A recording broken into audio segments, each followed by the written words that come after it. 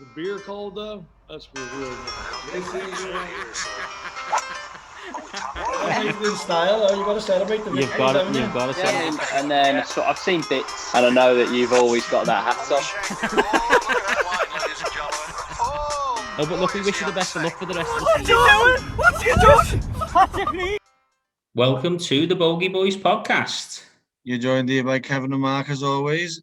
And welcome back, brother. How was the holiday? Great to be back. Unbelievable, yeah. Finally back home. 5 you. days of isolation now. I've missed you. I missed you too, yeah. We'll be back together. I'm seeing you for a few weeks. Can't wait to get back on the lives and just be sitting there doing it together. Well, the good news is I was meant to do 10 days quarantine, but they've got some money-making phase day 5 thing that they're running. So for next £100 for me and Nick, we can leave the house on day 5 instead of day 10, provided we're negative, which means I'm only in quarantine till Saturday. So then next Monday we're back, baby. Nice.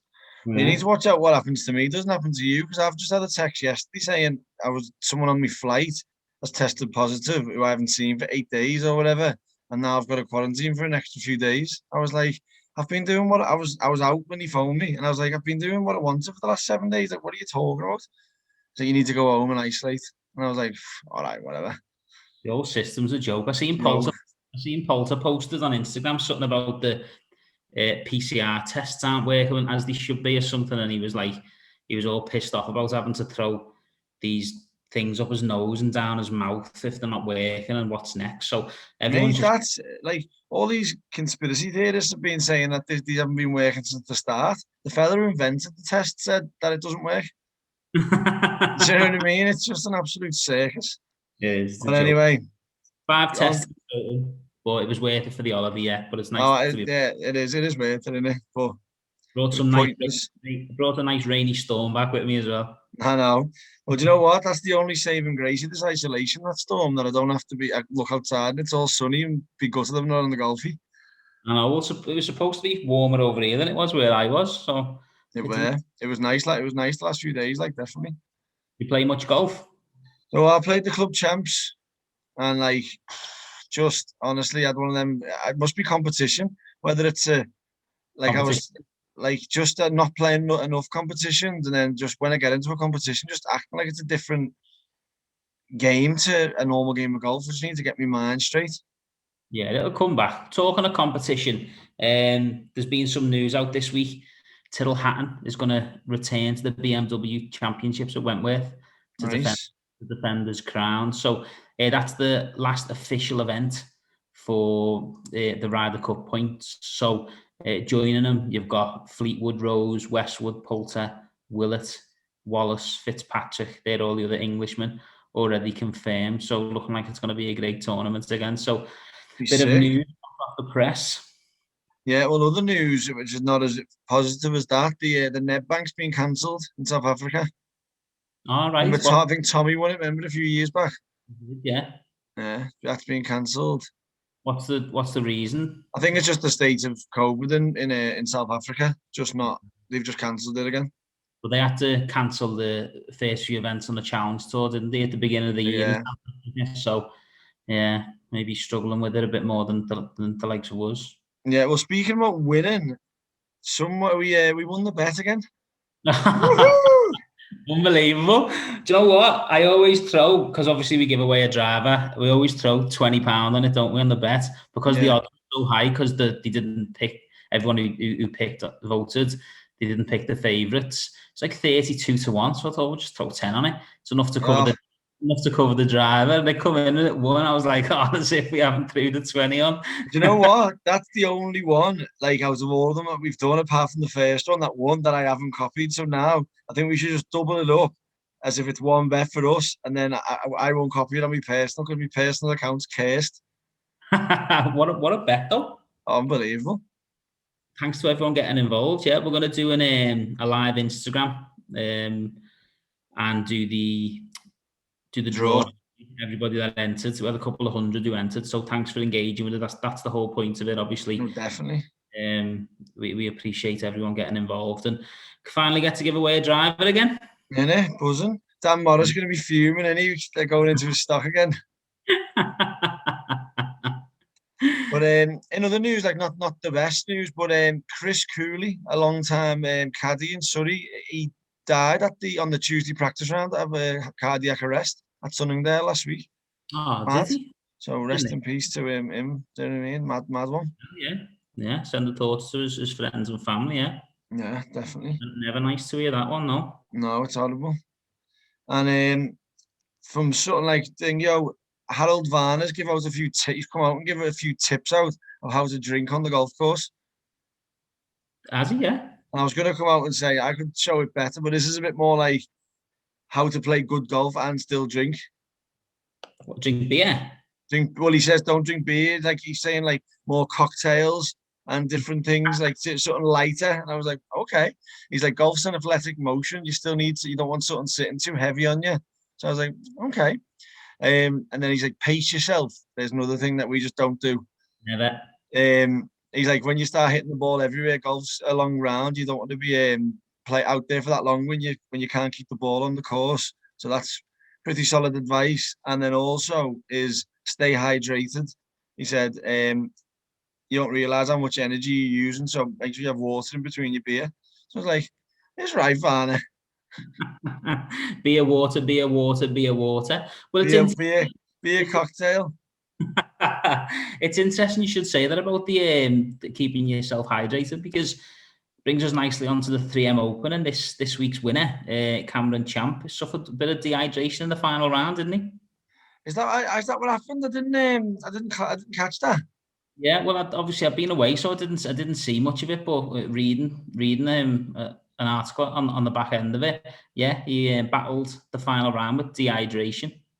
No way. So energy levels must have been zapped, but probably, well, obviously the nerves as well. But one of the reasons he's hoisted that one, 1,000,000 miles left on the final round, he definitely weren't going in the water, was he? No. Well, did you see everyone giving him, all the commentators giving him shit over that, saying like he shouldn't. He's been playing irons on the other 8 holes on the background. He's been hitting it well. Like he doesn't need driver. He shouldn't be hitting driver. Par wins him it. And then he just came out and said like, I'm hitting driver every single time there. It's an every single time. Because he said that before he played, didn't he? I'm going to hit driver down 18. But surely, like, I think the commentators are right there. He doesn't need to hit driver down at all. So do you think I know, but once you start changing your game plan, mental errors could keep it. He could hit iron, and then he doesn't know his plan's not there. Because he even said, if I hit driver and if I hit left, I know it's a tough driving hole, but I can punch it out and I can make par. And that's exactly what he's done. Yeah, but he's so lucky with that punch out, though, wasn't he? Yeah. Just missed that. Did he clip the tree or just missed the tree? I think clipped it, just went to the little thing, and then he had to hack it out again. Could have went anywhere. I know. He eventually gets up and down, doesn't he? Sick wedge shot, though, wasn't it? Unreal. Knocks it to an inch. Love a bit of spin back, don't we?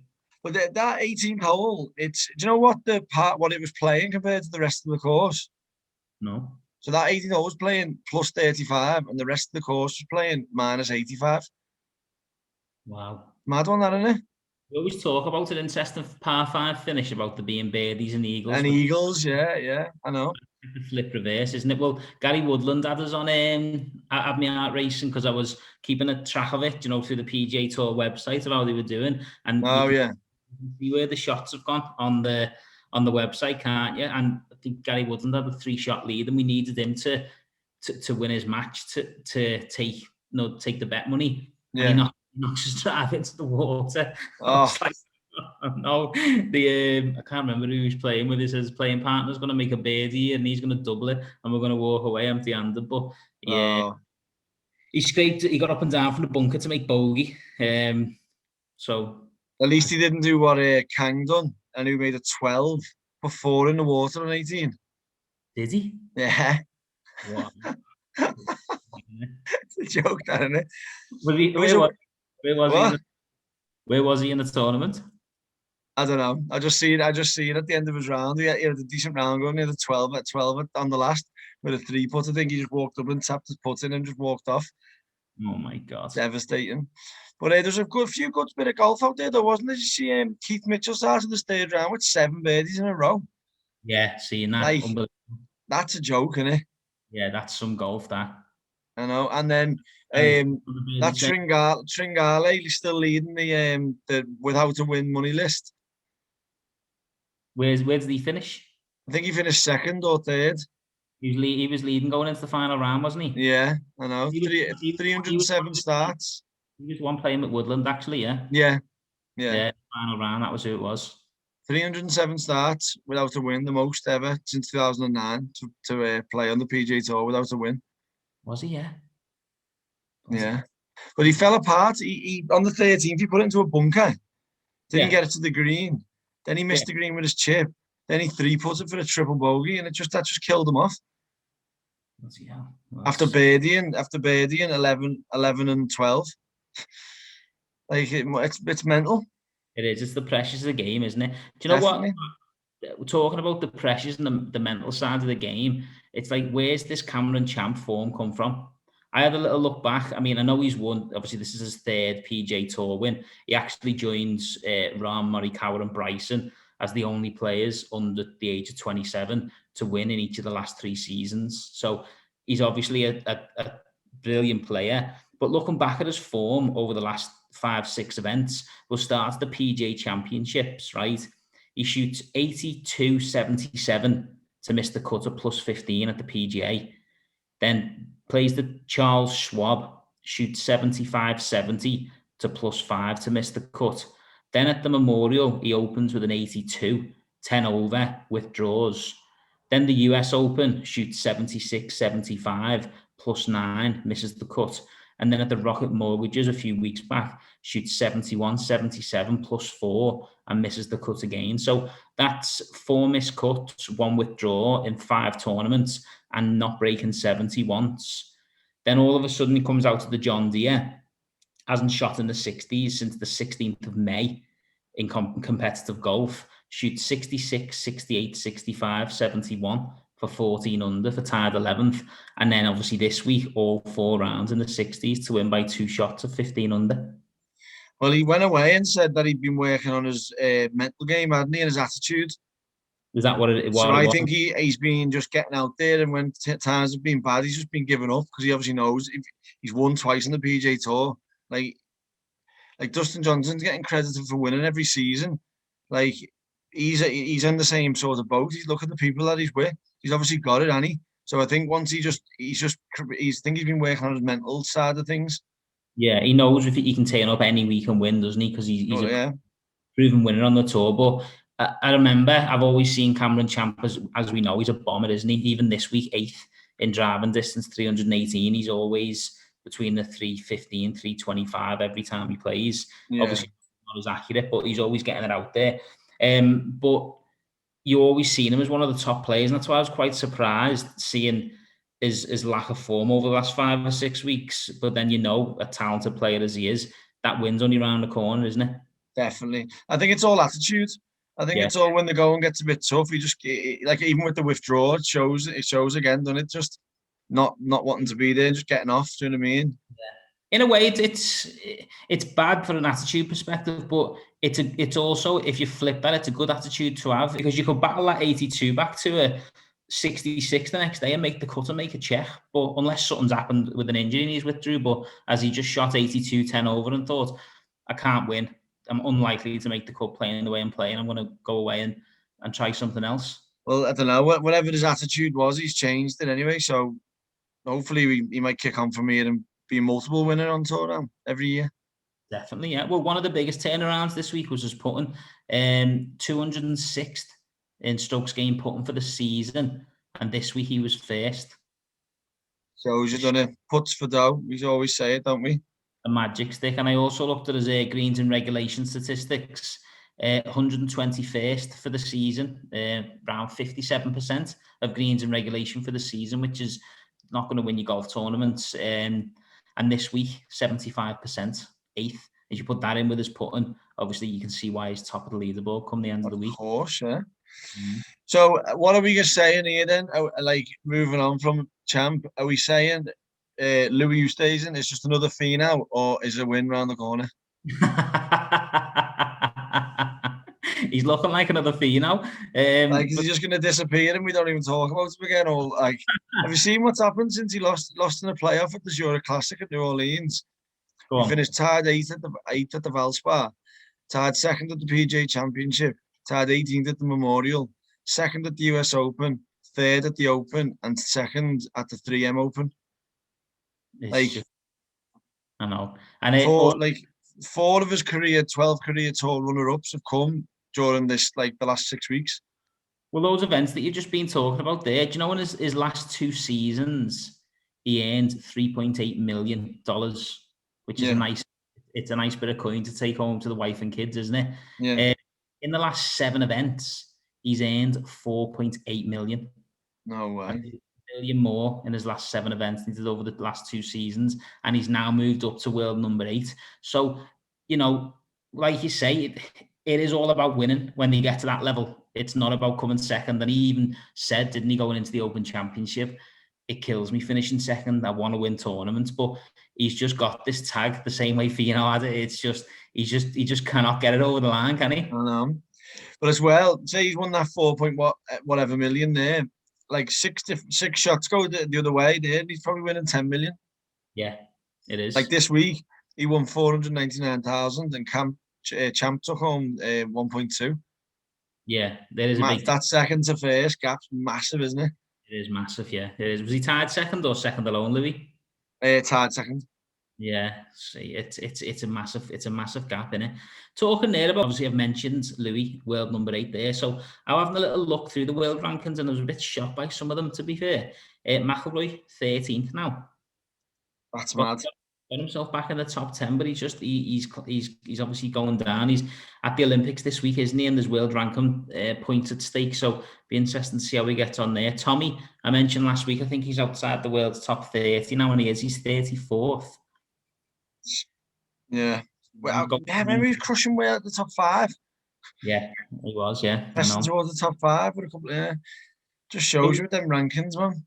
He's still not won in America, has he? I think once he gets that first win over the line in America, I think that'll be it. Then that'll push on. But we've spoke about it already on this episode, haven't we? That mental side of the game, it's just torture for every player, isn't it? It's just, does he believe he can win in America? Obviously he does, but until he proves it, he's not going to fully believe that, is he? No, definitely not. And then another one, Keegan Bradley. I always see him as a very consistent player. He's 81st in the world now. Is he? Yeah. Yeah. I don't know, like some of these players, like if you looked at the world top 100, you back them all to win. They're probably all winners, aren't they? We're talking about just outside the 100. Ricky Fowler, who had a good showing, didn't he? Was leading after day 1. Even posted of me saying he's listened to us, and then obviously we put him off in the same breath. He's 106th in the world, but 4 better than him. Richard Bland, 102. Shows you what a win does, doesn't it? It does. And then one that you won't be happy with. Do you know where Tiger is now? Number 1 in my eyes. Put a 9.7 on the end of that. Oh, is he? Oof. 197, yes. He'll be outside the world's top 200 after this week. No way. Well, speaking of Fowler and Tiger, I read an article about Fowler saying that Tiger's getting at it. Yeah. Getting at it. I don't know what that means, but he's getting at it. Well, Tiger's, if he's getting at it, you know what he's up to, don't you? Well. Or do we? He'll be in the gym. He'll be putting money at least. Yeah. Putting the time in at least. There we go. And we'll leave it at that. Move us nicely onto the Kazoo Open on the European Tour. That was a dramatic finish. To watch some of this. Oh my word. Elvira, like he had a 6-shot lead coming into that day, and then just got off to a shocker, didn't he, with bogeys on 1 and 5. Yeah. Complete nerves. But it goes back again, doesn't it? The mental side of the game. Yeah, definitely. He's led round 1, led round 2, led round 3, goes into the final round with a 6-shot lead, like you've just said, and then just cannot get going. Couldn't get going, but then got it back with a couple of birdies, a few monster birdies on I think it was 5 and 7. Then we had another stupid bogey, and then he had like a 9-9 into one of the par 5s, made par. And that just, it just wasn't pretty, nothing was going for him, do you know what I mean? No, it wasn't. He made birdies on 15 and 17, didn't he? Which meant that a par down the last would have done it for him. And then he had that 3-putt down 18. Do you know what I think as well? You know, like Harding was pressed it all day, didn't he? And made a shot 65, missed that putt on the last, which meant that he could lay up and just make a par. I think if he'd have had to go for it, Yeah. He probably would have made the birdie. Yeah. But look, Do you know what? we do say this, don't we? Like you get pissed off with players not going for the par fives in two, and laying up and not going and giving themselves a chance. He's played the conservative way because he's got a chance of winning it. Well, Hovland was in the same position, wasn't he? Just needed the par on the last. He goes for it and makes a birdie. He's not gone for it. Played the conservative route, and then he's three putted, albeit He popped it down there to like 6 foot and just tugged it, didn't he? Or just pushed it, sorry, and just missed it. Just missed it, yeah. But it was a battle of the three puts because flip reverse, you know what I mean? Yeah. And then you go down the playoff and Harding does exactly the same thing from like 25, 30 foot. Just I know. I don't know. it. He raced that first putt pass, didn't he? And then come to like his next one, he just missed. I was like, oh my God, he just gifted him in, hasn't he? Yeah, 34 years old he is. You don't Who, know. Alvira? Yeah, that's his maiden victory in 195th attempt. No way. He's actually lost 2 playoffs in the past. Fair play to him then, isn't it? Yeah. Do you know what do you think of Harding's putter? Like I know I'm all for the arm block a little bit, but that one where it's like at your chin, it's just so, I don't know. I just find it mad that it's allowed. No, it's very close, isn't it? Yeah. Because he's not using the part of his body to. You're right. It's controversial, but you know, I think too much gets said about putting. To be honest, Yeah. You know my feelings on it. I think putting is a very simple task. Do you know what I mean? When you start complicating it with all these statistics and everything, Tiger's the prime example of how to put. Even when you look at him practicing, as one of his putting drills was putting 2 tees, the length, the width of his putter, the length or width of whatever, the width or length, whatever, however you want to look at it, of his putter, and then putting a ball in the middle, and then trying not to hit the tees back and through. Yeah. And that's all you need. You don't need. I suppose mirrors are good for alignment, so there's nothing wrong with them, but you could always use sticks. But all these other tools which force you to put a mechanical way and holding the putter a certain way to make sure your wrist don't break mechanically, like putting is a feel part of the game. You need to feel the ball going in my opinion. So, you know, I think too much gets said about putting and goes in, and I know obviously the putting coaches and the best putting coaches in the world will probably argue the toss with that, but I honestly think that, you know, you put as easy as it sounds, you put the ball on the right line at the right pace, it's going to go in, and you only Genius. But I think putting gets too complicated, but like we always say, look at Jack Nicklaus. You know what I mean? He stands all to the side and then it's it. You know what I mean? Little bladed thing, and he held everything. There's loads. Brad Faxon, one of the best putters in the world, and one of the best putting coaches in the world. Do you know what I mean? He was just a standard grip, standard put. You know, it's the best putters in the world and the ones who've won continuously. The 2 biggest winners of all time, Jack Nicklaus and Tiger Woods. They just make putting. They've got a certain way of doing it, and they do it, and that's it. Yeah. So yes. Do you see Matt Wallace was getting a bit of flack when he seen him throw the club? No, what happened? He hits like a shot like that, and then he throws the club over his head like that forward, and just takes a big chunk out the ground. And everyone's just like, what was his name? Gary Evans, I think his fellow was an old pro, just saying like, it's not just like once a thing, it's every week with these fellas, him and Hatton and that. They're just a disgrace. Yeah, but it's just showing passion, isn't it? I mean, I don't know. I don't like this club throwing me, really. But you look at Sergio Garcia, what tournament was he on when he took like 6 or 7 swings out of a bunker? Yeah, that's fucking disgraceful, isn't it? Yeah, well, that is disgraceful, doing that continuously, but hitting a bad shot and just flinging your club in front of you. We'll put the video on the socials because he'll have to, the way he throws it and the way he takes the ground out. Yeah, I've not seen it, but I'd have to see it. But we talk about it all the time. You do want to see you do want to see passionate golfers. All right, I get it if every golfer is throwing the clubs around and it's causing a nightmare and it's slowing up play, yeah. But if you just got 1 or 2 or 3 characters who get a bit angry, it's good to have them type of players on the golf course. It makes golf better, in my opinion. I suppose, yeah. Well, why don't you give him a little tweet then to cheer him up because he's getting flack everywhere off everyone else. I will. I'll say I've got you back when we get him on. I'll tell him. We'll tell him. We'll tell him. But no, it was a good event because It was a good event, that, yeah. Yeah. Didn't see much of Gareth Bale knocking about, like. Few interviews, yeah, seen, but no, I didn't see much. He was obviously just supporting the tour, isn't he? Which Yeah. we talk about the lack of funds in the sport, and obviously he's doing it because it's in Wales and he wants to support Welsh golf. But you know, you put events on the European tour in Wales, and you've got people like that supporting it, then it's going to enhance the game, isn't it? So it's good to see. But no, props to Nacho Elvira following the footsteps of Jimenez as the second Spaniard to win the title. And he said in his interview at the end, didn't he, about obviously I hope Sevi's looking down, he's proud of me and Olafabo because they're his two heroes. So nice that. Nice touch. Hey, I've got a bit of a news flash as well. Go on. Minji Lee is Min Woo Lee's brother. Did you know that? I do now, yeah. I know. I didn't know. I was watching Min Woo Lee's Instagram. I thought he's very highly invested in this girl's round, and then I clocked it all. Like I was like, what the fuck?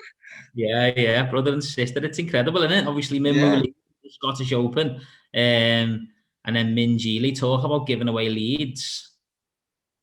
It's another one. I know. Another playoff. Another playoff, yeah. Well, like that's how many tournaments have been set up with playoffs? Like it's a joke, isn't it? Been a lot now, hasn't it? Yeah. It has been. Don't know the number, but is that it for the majors for the women now? Is it? I think so. Yeah, I think that's it for all of them. Yeah, for everything, isn't it? That's the fifth major, yeah, the Evian, and that's her first major win. Yeah.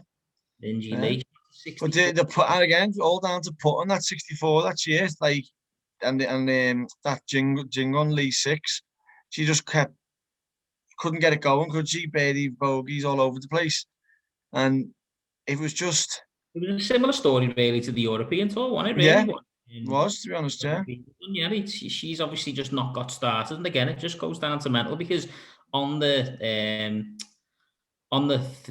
Friday, she's unstoppable. Lee 6, she shot a 461, 10 birdies, 8 pars. On the Saturday, on the Saturday that was 10 birdies, 10 under pars. Maybe that's the tied lowest round ever in a major history. 61 by the girl. Unbelievable, yeah. That's what I mean. Didn't have a bogey on the card. Had more birdies than pars. It's ridiculous. And then isn't it? 10-shot swing there, shoot to 71 on the Sunday. It's mental, isn't it?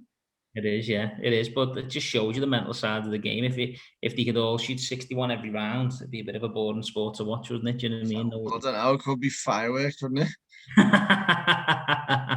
That Leona Maguire matched that feat as well, shooting a bogey free 61 on the Sunday. I've seen that, yeah, unbelievable. Did she have any eagles, or was it just all birdies for her as well? I didn't see. Yeah, I just know it was bogey free 61, but it's unbelievable, isn't it? Like both matching the record on the major Sunday. You know what I mean? Yeah, it's ridiculous golf. I see. Georgia Hall was the top English player. She shot a weekend score of 66, 64. She finished 13 under. Took home a nice check of 123k for that. Nice. So she done it? Yeah, definitely. Hull was doing all right, wasn't she? Then just fell off on the Sunday. Oh yeah, it's interesting because she was only 2 behind eventual winner Minji Lee going into the Sunday. But obviously it's a 10-shot difference. Lee shot 64 and Charlie Hull shot a 74 and ended up finishing tied 25th. So sure she'll be disappointed in that. But she's just announced she'll be playing in the Women's Scottish Open this year. So that's good for the Ladies European Tour anyway. Well, because this event this week's a triple sanctioned with the LPGA, the LET, so she's playing this week as well. Oh, she's playing on this one as well, yeah? Yeah. Over in Ireland. Well, yeah, congratulations to Minji Lee on your maiden major victory. Brilliant, yeah. And talking about majors, just got some bit of review on the Senior Open as well for the for the Isle fellas, yeah.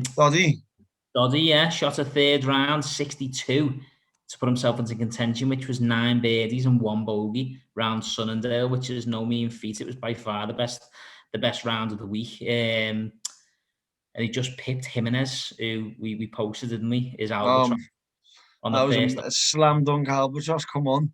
I know what a start, eh? Like, what is that? 1. Good start, mate, yeah. And then he shoots 5 under in the final round. Obviously wasn't playing with Dodd. But it left Dodd needing a birdie down the last to win. They're on the same score.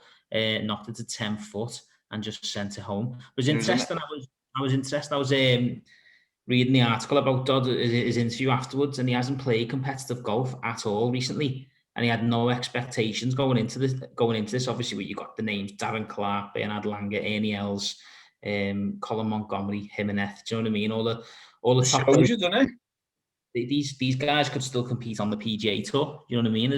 Exactly, it shows you, man. It's like dropping the expectations, the key, isn't it? Yeah, it is. Yeah, not expecting to win, and he's obviously done that. But the nerves must have been rattling, and it's a birdie, the 18th to win your first senior open.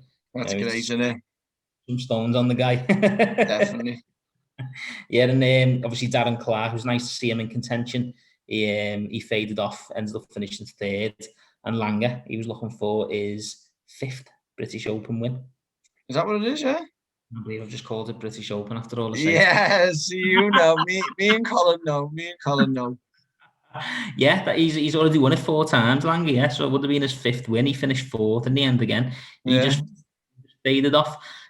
Speaking to Shaq Lady earlier as well, after I got home, he was disappointed with his finish. He bogeyed 4 of the last 5 holes to finish 1 under, which was tied 18th. Otherwise, he would have been top 10, which would have been his best finish in a major. If he'd watched just a few pars, would have got him in. Yeah, I think if he'd have just finished, I think 2 over in his last 4 holes, 5 holes, he would have got top 10. And he would have been tied 7th if he'd have parred in. So what is this? What's the thing I've formed this week? It's not a major, is it? Just an event. It's the PGA Championship, so the equivalent to Wentworth, the seniors. Right, I see. Yeah. So we'll be there on Sunday. So shout out to Shackers for sorting the tickets for us. Appreciate that. But if anyone does want to attend the event, it's at Formby Golf Club. Tickets are £10 for adults, and kids under the age of 16 can get in for free. So if you fancy it, go online. Be good to support the tour. No, definitely, yeah. Well, that move us nicely onto that time again. It will, yeah.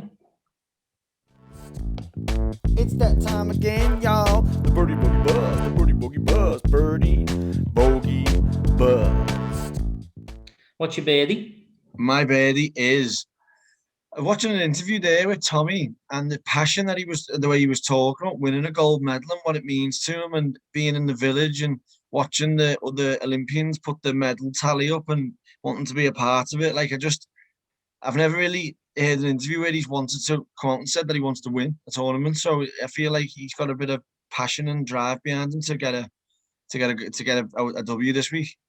No, definitely. Yeah. It was good to see the passion. Yeah, I mean, he's probably one of the only ones who've been vocal. We've heard a lot of players, haven't we, talk about like withdrawing, and like, what was it? DJ wanted to withdraw because it was in between the Open and the WG St. Jude, wasn't it? So is that really the right attitude to have? You've just won the Masters. It was after he just won the Masters where he announced it. So, you know what I mean? 8 months before it's due, is it really the right call to be making? And then it's good to see someone as passionate as him, you know, really up for getting there and wanting to win that goal. So no, definitely, yeah. What's your birdie? It's just getting the tickets on Sunday. Nice. Shackers. Yeah, and then obviously we went to Scottish Open, didn't we?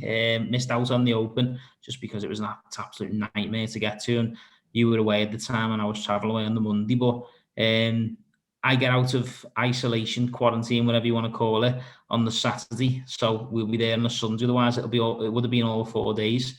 But yeah, no, just getting out and watching a different tour. That's my birdie this week. I'm looking forward to it. Nice, yeah, good one. My bogey is another personal one, just my tournament play. Like, I keep turning up to tournaments like the club champs on the weekend and just putting it in spots that I was into bunkers, didn't even know that the course was on the course.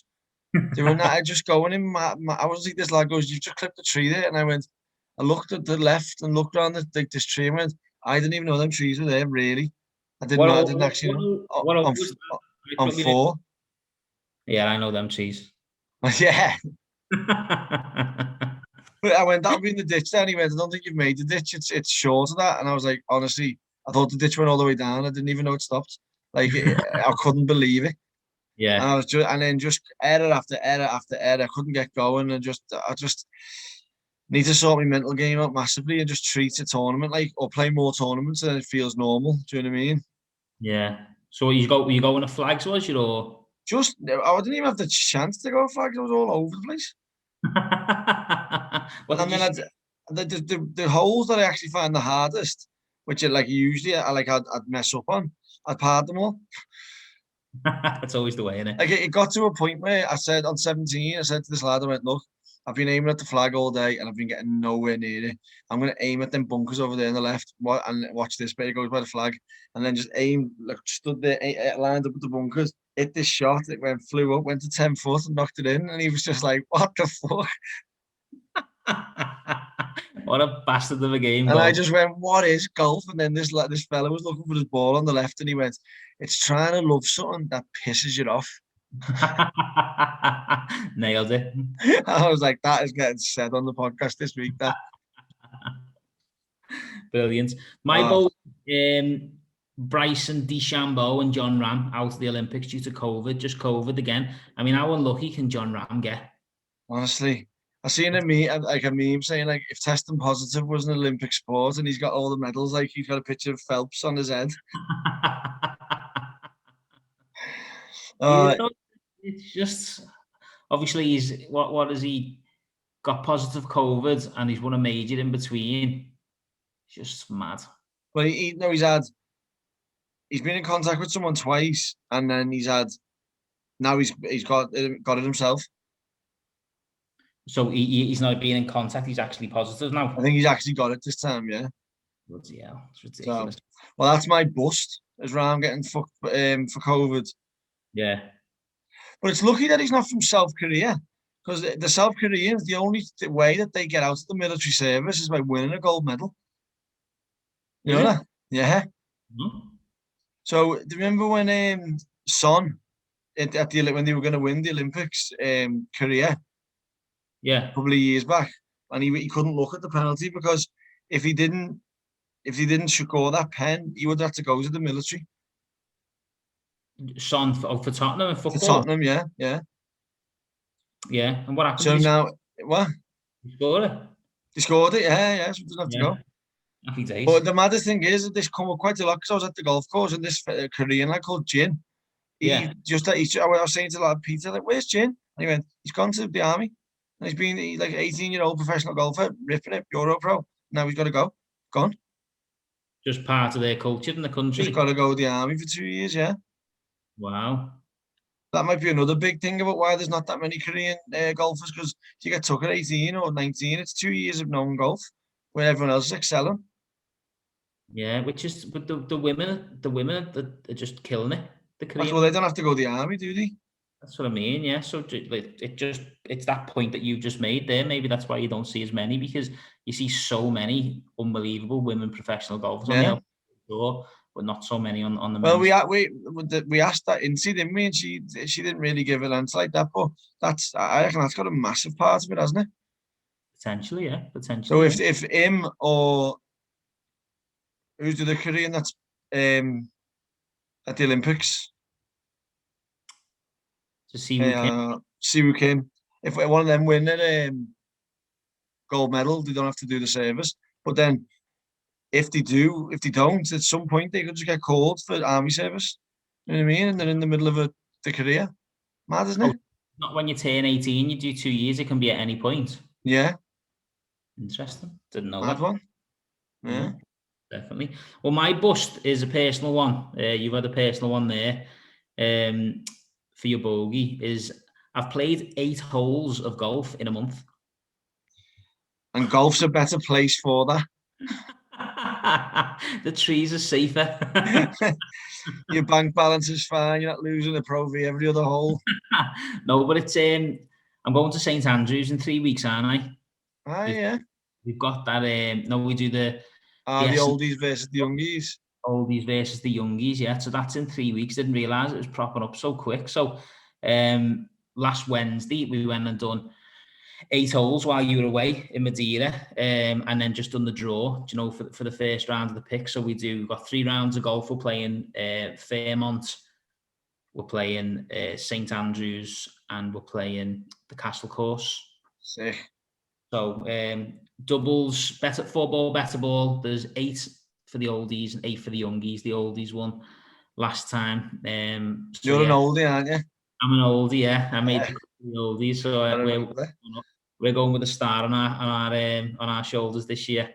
Oh yeah, nice. Yes, do 4-ball, better ball on the first day, 4-ball, better ball on the second day, and then we do 8 singles matches, but go out in 4 balls on the final day. So to keep everyone posted how that goes, but 8 holes in a month is no good. No, we'll get back out there. We'll get sorted. But you know, we got drawn against in the first round. Harry and someone else. Danny Jones and Paul Howard. Howard +4, Danny Jones is +1 now. It's better ball as well. And when we played those 8 holes, who are you with? I'm with Gary Dwyer. Yeah. Ryan, who does the Order of Merit, his dad. Gary plays a 5 or 4, solid player, but he got the unlucky draw of being drawn with me. So you'll be sweet, man. You just get up and down from anywhere. Don't be worried. That's it. We'll see how it goes. But that's me bust. I need to start playing a bit more. So starting next week, I'm back at it. Well, that moves on nicely to the Ryder Cup. Speaking of the formats there. Yeah, lovely. 1995 Ryder Cup at Oak Hill Country Club in Pittsford, New York. The Europe. We're just gonna bash through this one, I think, because we've left it out for a bit, haven't we? We were gonna do 2, wasn't we? But we'll do 2 next week. Yeah, we'll have to catch up one week. Go on, 1995. Yeah, definitely. The Europeans won by a margin of 1 point, 14.5 to 13.5, to take the cup back. It was only the Europe's second ever victory on the US soil, and it was the 3rd consecutive cup where Bernard Gallagher was the captain, and the only time they've been victorious. But there was a couple of hole-in-ones. Constantino Rocca had one on the 3rd. It was the 3rd hole-in-one in Ryder Cup history, and then the next day, Howard Clark had one in his match with Peter Jacobsen. So doubled the hole-in-one tally. In 2 days? In 2 days, yeah. And it's the first time that the USA have led going into the singles since 1981. And they lost. So I think it must be like a mentality thing. When you're behind in them singles, you get more riled up to go out there and win it. Definitely. You know what I mean? And also the rookies played a big part again, where 5 rookies, I know it did include like Phil Mickelson and Tom Lehman for the USA, compared to 2 rookies for Europe. So experience prevailed. It does, yeah. You'd imagine that the weight that's on your shoulders, you're taking the weight of a nation in the Ryder Cup, aren't you? Exactly. So we spoke, didn't we, back in when it was GB and Ireland? It wasn't really a big deal or a big competition, but now that we've introduced Europe, it's a massive deal, isn't it? There's a lot of talk and a lot of cheap talk that goes on in between days and what's going on and stuff. So it's a lot of pressure to take. So having a Ryder Cup behind you pays dividends, doesn't it? No, definitely, yeah, 1,000,000%. But I just sort of done that quite briefly because I thought we were going to do 2. So, but next week we'll do 2, and the generational GOAT debate will be back as well. But another victory for Europe anyway as we lead up to the Ryder Cup. Definitely. Right, shall we talk Olympics now? You can talk Olympics if you want, or we can talk the ISP, Hander, whichever way you want to do it, brother. Well, Olympics is our picks, isn't it? So let's go ISPS. Okay. Go on. Crazy event. The ISPS Hander World Invitational.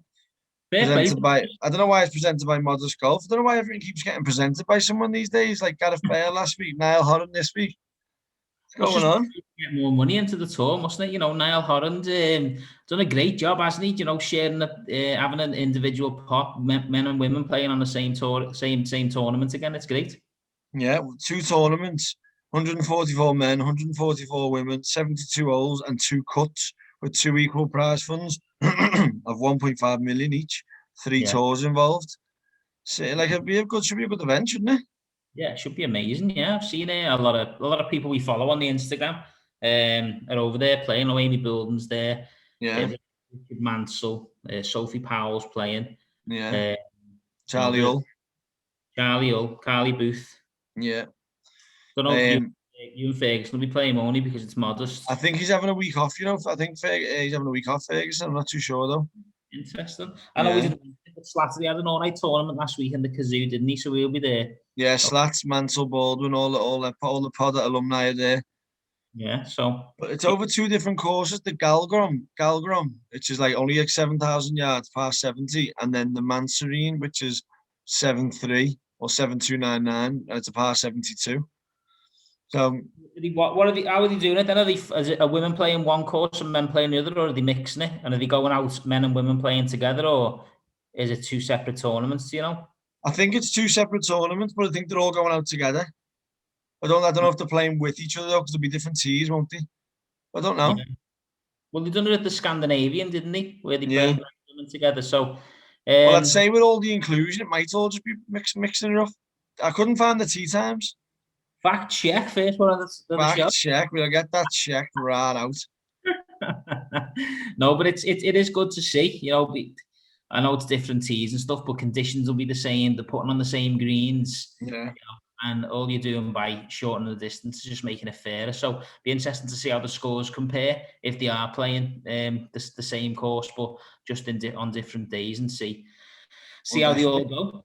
Well, it's weird because there's 3 tours involved. Like, if you win, like if an LPGA Tour player or an LET player is not on the LPGA Tour, like, do they get an LPGA Tour win to the name if they win this one as well, or what happens? It's weird. It's a funny one, isn't it? Yeah, another fact check for us there. I'm not really looking into that, but be interesting to see because there's not that much information out there on it. If I'm honest, when I was looking around today. No, but we'll get back. We'll get more into that. But it should be a good tournament, shouldn't it? We'll find out, won't we? Come Thursday when they first tee off, and we'll definitely be keeping an eye on it and watching and seeing what. Definitely, yeah. I think the Olympics starts tomorrow, doesn't it? Yeah, the Olympics is Thursday to Sunday, but I'm not sure what the time difference is. It tomorrow? Is that right? Yeah. I think with the time difference, it starts on Wednesday. Yeah.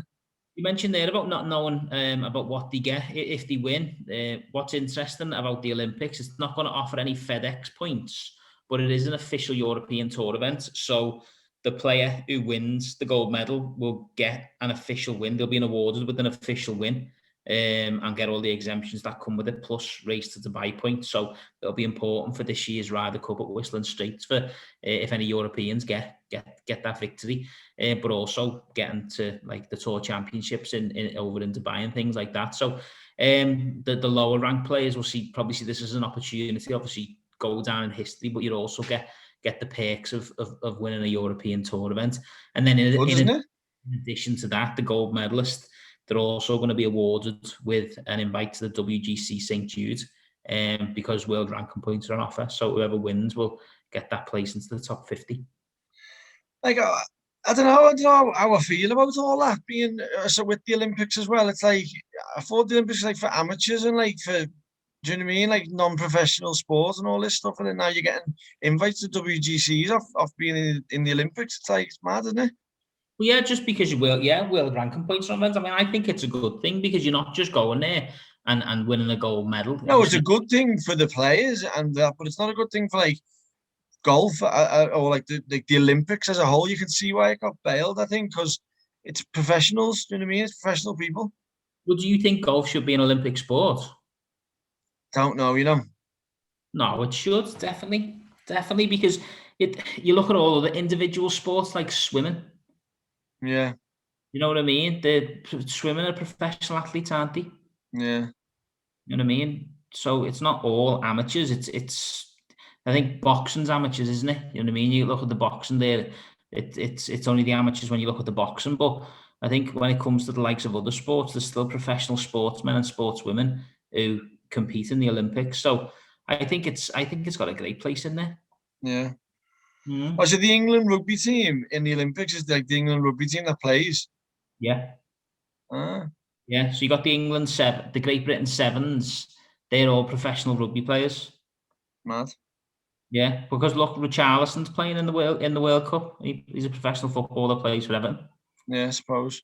I don't know. I just feel like if it, like, all right, then it's fine if it's that like that. But I mean, to be bringing the European Tour in and getting all benefits from it as well. Like you're going there to win a medal, and that should be enough. If it's that about like stuff like that. Yeah, no, I can see your point, but you know, it's the additional perks, isn't it? You're not just it's just the added motivation. That's why for me, I can't see why some players have turned away. We spoke about world rankings there, and I know obviously Ram couldn't help what happened to him because he's obviously being a positive COVID test. But Adrian Aus is ranked 163rd in the world, and he's the top Spanish player playing for Spain in the Olympics. And when you look at the top Spanish players that are out there playing, no disrespect to Arnaus, but there are better players there. And you look at that across the board. We spoke about it before, DJ not playing in it. And then you look at like... It's like Hatton pulled out, didn't he? And Tommy got a place. Like, yeah, exactly. You know what I mean? It's like there's like DeChambeau's had to pull out and Reed's got in. It's like, it's mad, isn't it? I think these type of players are going to live to regret it when they're older, because Justin Rose can sit back now and be like, I am an Olympic champion.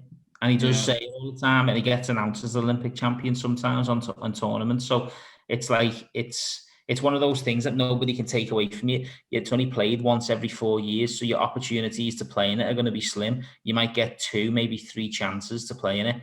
So why would you turn it away? Yeah. What do you think? What do you think they value more, like a major or a gold medal? I think at the moment it's a major, isn't it? It's got to be but I think over time the gold medal is going to trump it. I think. Do you think? What do you think? It depends who you are, doesn't it? Like if you're Morikawa and you're going out there and you're getting a gold medal and you've got a couple of majors and you're set for life, then a gold medal might mean a lot. But if you're like Pierre or Arnaus and a win's going to get you, a gold medal's going to get you, or a major, sorry, is going to get you a couple of million, then a major's going to be more to you, isn't it? Yeah, I think if you look at the history books, what are people judged against? It's majors, isn't it, at the moment? And that's because there's no longevity of an Olympics, so there's only one gold medalist. Yeah, it's Justin Rose, so it's not comparable. But I think over time, a gold medal is going to be a really big deal. It's going to be in the history books as this player won 4 majors, that player won 4 majors, but that player won 1 gold, so they've had a better career. You know, you look at what Justin Rose has won. He's a major champion and he's a gold medalist, and he's a Ryder Cup legend. He's won Ryder Cup. So you look at Justin Rose's career and you compare it to other people, and Justin Rose literally has won everything. You can't really say that about anybody else. Yeah. I know, it's interesting you talk about legacy, because Mayweather's got a good quote on it, like, you can't eat legacy. Legacy doesn't pay the bills. It doesn't, but you know, when the other tournaments are paying the bills for you, then it's okay to have a legacy. That's what I mean. That's it exactly. Yeah. But it's a bit of a beast of a course, isn't it? I've read 3 different yardages, but I think it's around 4,446 is like the official one. But I think it can play up to like 4,760. I say 7,446. Sorry. I'm gonna fact check that one. It's getting late. You've had me up late, yeah. Sorry, my bad. Yeah. We're past the hour again, I think. Is it? It's around 7,500. Yeah. Yeah. Interesting though, because if you look at the finishing holes, 17 and 18 are both par 4s. 17 measures 343 and 18 measures 500. Big difference, isn't it? It'll be a tale of 2 halves, isn't it? You know what I mean? It's because there's been a few storms and that, so it's going to be wet as well, so it's going to be playing longer. Right.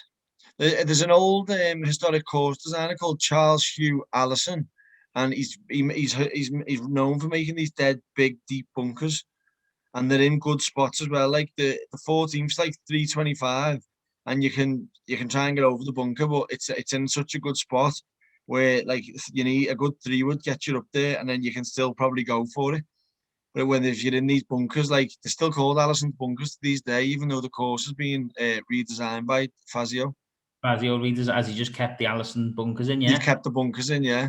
Yeah, because they were so well designed. It's great, isn't it? Yeah, so it's good, isn't it? Should be a hazard. You go to bunkers should be a hazard. Oh yeah, definitely, yeah. You go to any links course, and you know it's. You go into a bunker, you're punished for it, aren't you? You mightn't get the distance, That's it. You should always get punished for it. So Yeah. looking back at the course specifically, obviously when Justin Rose won the Olympics in Rio, the golf course was designed specifically for the Olympics. It was built for that. But this one, the Kasumigaseki Country Club.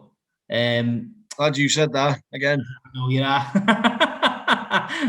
It's been going for almost a century. This. Yeah. You mentioned there about the different designers and the different scopes on the course, yeah. So it's one I'm looking forward to watching, really. Hideki Matsuyama, he'll be a He's won twice. He's won twice there, hasn't he, already? At that course. Yeah. He's got and he's at home. What's interesting about the 2010 amateur championship that he won, he never actually made it to that tournament on merit, but he didn't have enough players to fill the field, so he got an invite as a top amateur to play in it. And he ended up winning it by 5 shots. No way.